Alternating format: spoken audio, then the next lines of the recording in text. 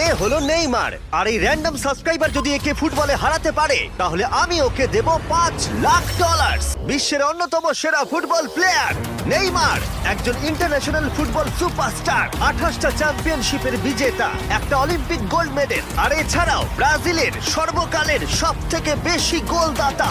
সে compete করবে একজন সাধারণ প্লেয়ার হিগোরের সাথে, আর ওরা কম্পিট করবে $5 লাখ জন্য। যদি তুমি যেত এই টাকাটা শুধু তোমার ব্যাংক অ্যাকাউন্টে যাবে, কিন্তু নেইমার জিতলে ওর বেছে নেওয়া যে কোনো চ্যারিটিতে আমি টাকাটা দেবো।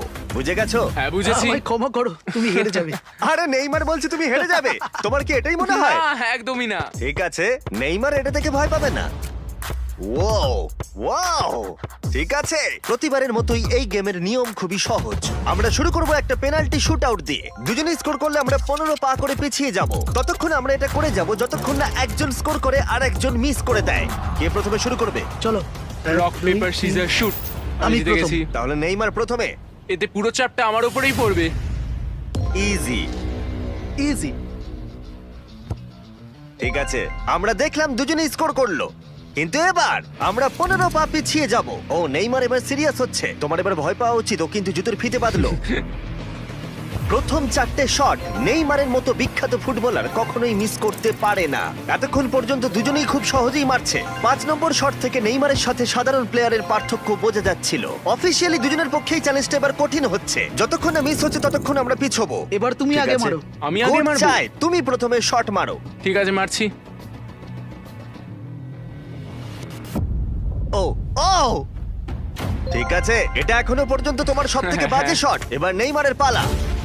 ও ও মাই গড, বলটা পুরো সুইং করে গোলের ভেতরে গিয়ে ঢুকলো। চাপে পড়লে খুব ভালো লাগে। বিশ্বকাপের চাপের সাথে এটা তুলনা হয়?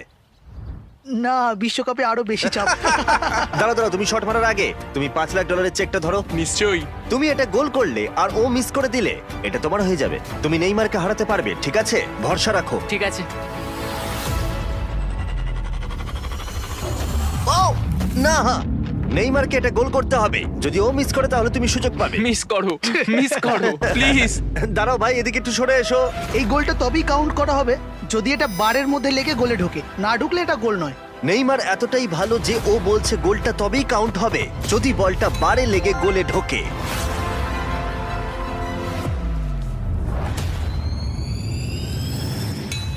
ও ভাই আর মিস করো না, আরে সত্যি মিস বলছি, করো তুমি না ভাই, পারবে। চলো।